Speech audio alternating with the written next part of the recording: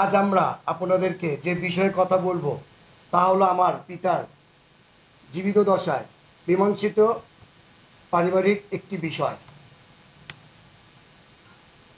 কিন্তু সেই মীমাংসিত বিষয়ে গত ৩/৯/২০২৫ তারিখ দুইটি অনলাইন প্রচার মাধ্যমে মিথ্যা,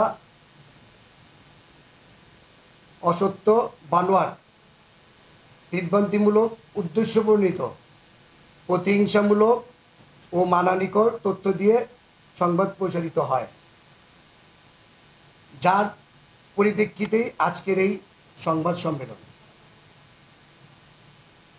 প্রিয় সাংবাদিক বন্ধুগণ, আমাদের পিতা ছিলেন একজন দূরদর্শী ও ন্যায়পরায়ণ মানুষ। তাই ওনার মৃত্যুর পর যেন সম্পত্তি নিয়ে ওনার দুই স্ত্রী ও দুই পক্ষের সন্তানদের মাঝে কোনো বিরোধ না বাধে, সেই জন্য তিনি একটি উইল করে যান এবং উইলটি নোটারি পাবলিকের মাধ্যমে অ্যাফিডেভিট করেন। উইলটিতে তিনি ওনার সকল স্থাবর সম্পত্তি ইসলামিক শরীয়ত অনুযায়ী দুই স্ত্রী ও সন্তানদের মাঝে বন্টনের কথা উল্লেখ করেছেন এবং শুধু ওনার কেবল টিভি নেটওয়ার্ক ডিশ ব্যবসার লাভ্যাংশ দুই স্ত্রী ও 10 সন্তানদের মধ্যে 7 সন্তানদের দুই পক্ষের 5 ছেলে ও 2 মেয়ে মাঝে বন্টনের সুস্পষ্ট নির্দেশনা দেন,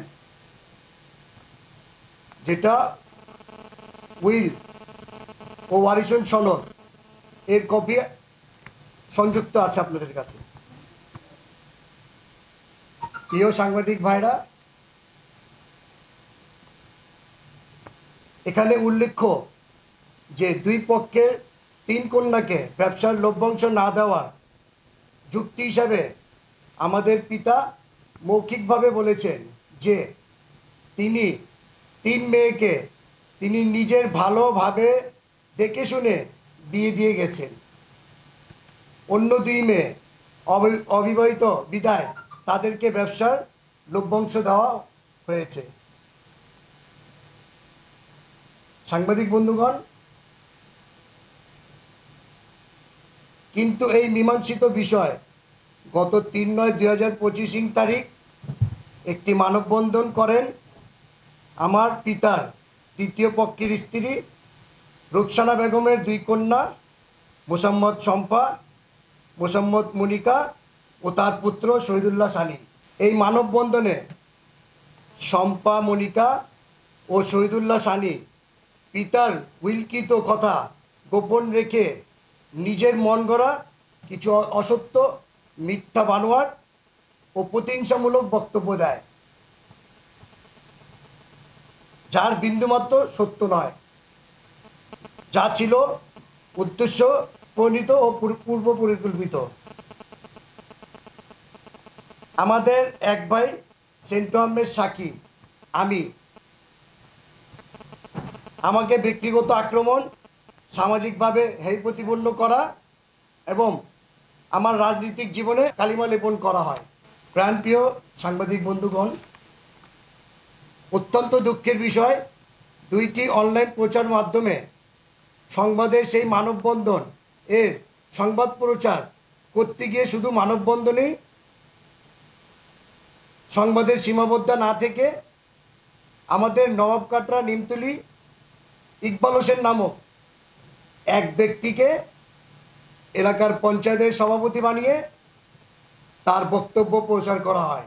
ইকবাল হোসেন কিছু মিথ্যা বক্তব্য উপস্থাপন করেন, যা তিনি নিজের রাজনৈতিক উদ্দেশ্য হাসিলের জন্য বলেছেন। উক্ত ইকবাল হোসেনের পাশে বসেছিলেন আমাদের ব্যবসা প্রতিষ্ঠানের প্রাক্তন ম্যানেজার মোহাম্মদ সেলিম। তিনি দুর্নীতি ও চুরির দায়ে আমাদের ব্যবসা প্রতিষ্ঠান থেকে বিতাড়িত হন। ওনার চুরির ঘটনা আত্মস্বীকৃতি। প্রিয় সাংবাদিক ভাইরা, প্রচারিত সংবাদ ছিল সম্পূর্ণ একপাক্ষিক। প্রচার মাধ্যম দুটিতে আমাদের সাথে কোনো প্রকার যোগাযোগ না করে, আমাদের কোনো বক্তব্য না নিয়ে, ঘটনার সত্যতা যাচাই না করে সংবাদ প্রচার করা হয়। প্রিয় সাংবাদিকগণ, আপনাদের সবাইকে আজ এই সংবাদ সম্মেলনে আসার জন্য আমাদের পরিবারের পক্ষ থেকে কৃতজ্ঞতা ও ধন্যবাদ জানাই। আমাদের পার্টনার ছিলেন উনি বেশ অনেক বছরের, আনুমানিক এটা এখনো বলতে পারবো। আচ্ছা, যে ওনাদের একটা সংবাদ সম্মেলন হয়েছিল, আমরা ওনাদেরকে জিজ্ঞেস করেছিলাম যে উইলটার বিষয়ে ওনার সব সন্তানরা জানতেন কিনা, নাকি মারা যাওয়ার পরে? সব সন্তানরা এতদিন যে বছর হয়ে গেল, তো এতদিন কিভাবে ওনারা চললো? এতদিন কেন ঝগড়া হয়নি? আজকে আমাদের ব্যবসা ক্ষতিগ্রস্ত, ব্যবসার মধ্যে প্রফিট নাই, প্রফিট না থাকার কারণে এই এই এই অবস্থা তৈরি হয়েছে, অন্য কিছু না। কারণ আমাদের ইন্টারনেট আমাদের ব্যবসাটারে ধ্বংস করে দিছে, যে কারণে আমরা এখন আমাদের জায়গায় নাই, অবস্থানে নাই, যে কারণে ওরা আজকে প্রতিবাদ করতেছে, ওদের অর্থটা কমে গেছে। যে কারণে হ্যাঁ হ্যাঁ, আমরা তো তখন তো জীবিত অবস্থায় হুইল করছেন। আমি সাক্ষী দিয়েছি, এবং সাক্ষীতে আমি, আমার পার্টনার, আরও 2টা পার্টনার আছে। কিন্তু কথা হইলো এখন কেন ঝগড়া হইতেছে এটা আমরা জানি না।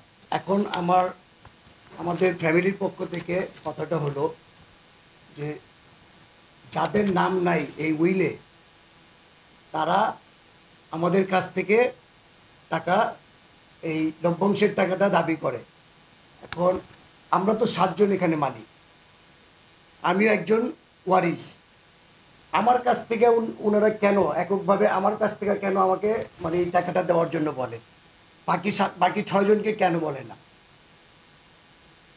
আর যাদের নাম আছে এখানে, যে যাদের নাম আমার বাবা জীবিত থাকতে এই উইলের মধ্যে দিয়ে গেছে, তারা প্রতি মাসে আমাদের যে টাকাটা আমরা উত্তোলন করি, খরচ করে যে টাকাটা অবশিষ্ট থাকে লভ্যাংশটা, আমরা যে 7 জন মালিক আছি, আর এখানে আমার 2 আম্মার নাম উল্লেখ করা আছে, আমার সৎ মা, আমার আপন মা, ওনাদের টাকা, আর বাকি 7 জন মালিক, ওনারা প্রতি মাসে সই করে ওনাদের টাকা ওনারা এখান থেকে বুঝিয়ে নিয়ে যায়। এখানে আমার এক ভাই, সৎ ভাই সানি, ওখানে বক্তব্য উল্লেখ করেছেন যে উনি নাকি টাকা পায় না। উনি যদি টাকা না পায়, তাহলে ওনার যে শহীদুল্লাহ সাইনি, যে ওনার যে সই করা আছে, তাহলে উনি 1 মাসে না, প্রত্যেক মাসে ওনারা সই করে সবাই টাকা নিয়ে যায়। উনি একটি বিভ্রান্ত মিথ্যা কথা বলেছেন, উনি বিভ্রান্তমূলক, ওনাকে আমাকে হেয় প্রতিপন্ন করার জন্য উনি মিথ্যা বক্তব্য ওখানে উপস্থাপন করেছেন।